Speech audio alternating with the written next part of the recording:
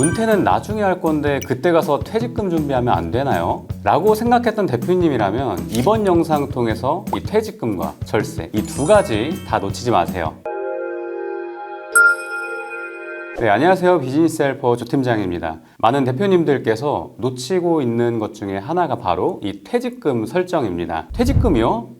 아직 은퇴할 때도 아닌데요. 저희 직원만 챙겨주면 되는 거 아닌가요? 라고 생각을 좀 많이 하실 텐데요. 사실 임원의 퇴직금은 이 직원의 퇴직금 계산법과 완전 상이합니다. 그래서 세팅을 잘 해놓지 않으면 퇴직금으로 2억 가져갈 수 있는 돈 실제로 1억밖에 못 가져가는 상황도 발생됩니다. 법인의 경우 돈을 합법적으로 가져갈 수 있는 방법은 총 3가지입니다. 첫 번째는 급여, 두 번째는 퇴직금, 그리고 세 번째는 지분이 있다면 배당으로 가져갈 수 있는데요. 다만 세적으로 신경 써야 될 부분이 너무나 많기 때문에 지금부터 잘 세팅하는 것이 정말 중요합니다. 네, 직원들 퇴직금만 신경 쓰지 마시고 대표님 퇴직금, 더 나아가서 임원 퇴직금까지 이 손해 없이 가져갈 수 있는 방법 알려드릴 테니까 절세 혜택까지 놓치지 말고 받아가세요.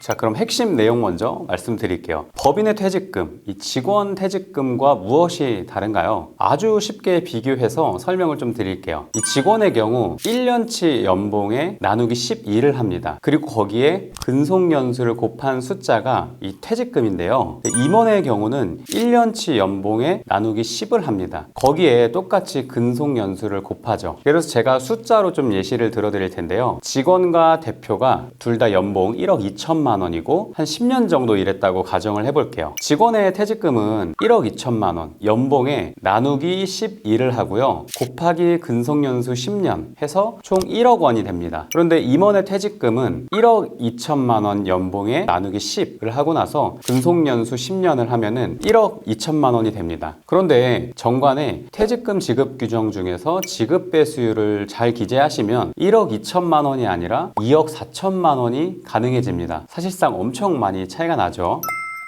그리고 두 번째로 법적 기준도 좀 다른데요. 근로자는 법적으로 강행 규정으로 퇴직금을 필수로 지급해야 되지만 임원들의 퇴직금은 사실은 법적 필수 지급사항이 아닙니다. 임원에게 퇴직금을 지급할 때 이 소득세법 제22조에서 정한 한도 이내의 금액은 일반 직원과 동일하게 이 퇴직소득세를 부과하지만 한도를 넘는 금액은 퇴직소득으로 인정되지 않고 급여와 마찬가지로 근로소득세로 매깁니다. 예를 들어서 어떤 임원이 정관 규정에 따라서 5억 원의 퇴직금을 받았는데 세법상 인정되는 한도가 4억 원이라면은 4억 원은 이 퇴직소득세 대상이지만 초과된 1억에 대해서는 퇴직소득세가 아니라 근로소득세 대상이 되어서 상대적으로 높은 세율의 과세를 받게 됩니다.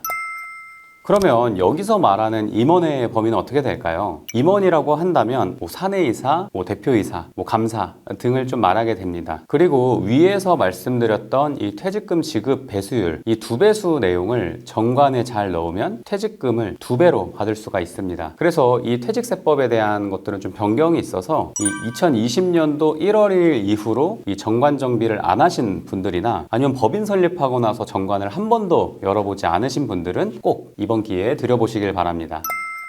이 퇴직금은 일반 급여와 다르게 다양한 공제 혜택을 누릴 수 있는 대표적인 소득입니다. 특히 이 퇴직 소득 공제는 근속연수가 길면 길수록 더 크게 적용이 돼서 장기 근속자일 경우에 더 큰 절세 혜택을 좀 볼 수 있습니다. 급여는 받을 때마다 세금이 따라붙지만 퇴직금은 전략적으로 잘 관리하시면 세금 부담은 좀 최소화하고 실수령액을 좀 극대화할 수 있는 특별한 소득입니다. 많은 액수를 수령하기 위해서는 퇴직 직전 3년간 급여를 좀 높이고 정관의 퇴직금 지급 규정을 좀 미리 준비하는 것이 필수이고요. 적은 세금을 납부하기 위해서는 아무래도 오랫동안 일을 하시면서 근속연수를 좀 채워야 하죠.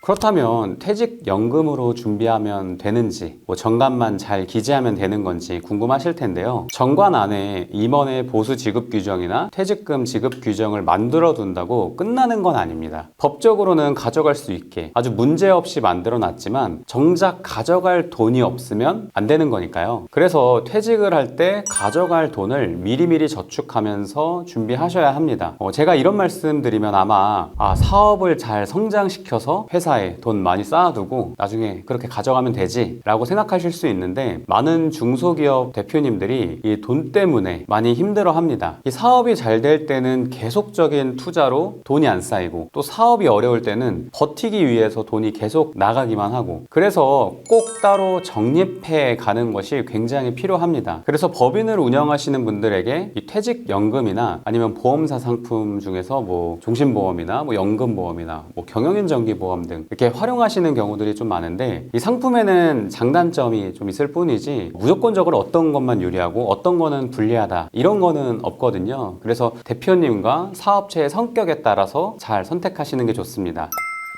정리하자면 정관 안에 이 퇴직금 지급 규정으로 제대로 된 지급 배수율 이 2배수가 적혀 있어야 합니다. 만약 지급 규정이 제대로 안 되어 있으면 이 100% 퇴직급여로 인정받지 못하고, 이 어느 정도 퇴직급여로 인정돼서 퇴직세율로 따라갈 수는 있지만 이 한도를 넘어선 금액은 근로소득으로 이제 바로 봐서 종합과세가 돼서 많은 세금을 좀 내게 됩니다. 그래서 정관 정비부터 퇴직금 준비를 잘 하셔야 제대로 된 절세가 완성된다는 점 꼭 기억하시길 바랍니다. 지금 바로 정관을 한번 열어보시고 이 법인을 운영하시면서 이 급여에 대한 지급 규정, 퇴직금에 대한 지급 규정이 제대로 안 되어져 있는 분들은 저희 비즈니스 헬퍼로 문의 주시면 됩니다. 감사합니다.